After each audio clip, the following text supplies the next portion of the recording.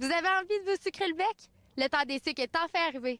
Mais vous êtes-vous déjà demandé tout le travail qui se cache derrière cette tradition québécoise? Aujourd'hui, nous découvrons pour vous les secrets de la cabane à sucre.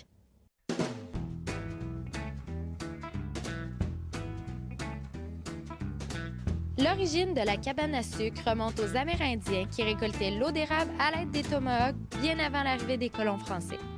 Ce n'est qu'au début du 19e siècle qu'on vit apparaître les cabanes à sucre traditionnelles. Nous avons demandé à Mario Boisvert l'origine de sa sucrerie.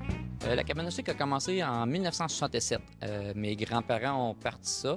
Et puis ensuite de ça, mes parents ont racheté en 77 pour ensuite de ça faire plusieurs agrandissements. Et puis, j'ai embarqué avec mes parents à partir de 1998. Donc, je suis la troisième génération.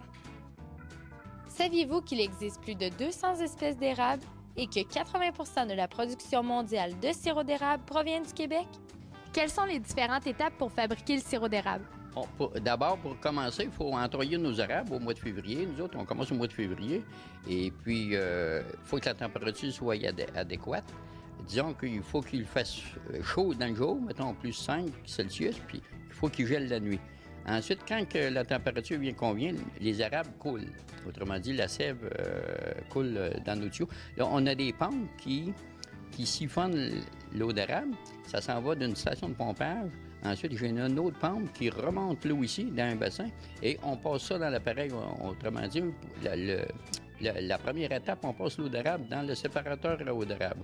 Autrement dit, on écrème l'eau d'érable. On retire l'eau, le sucre qu'il y a dans l'eau d'érable.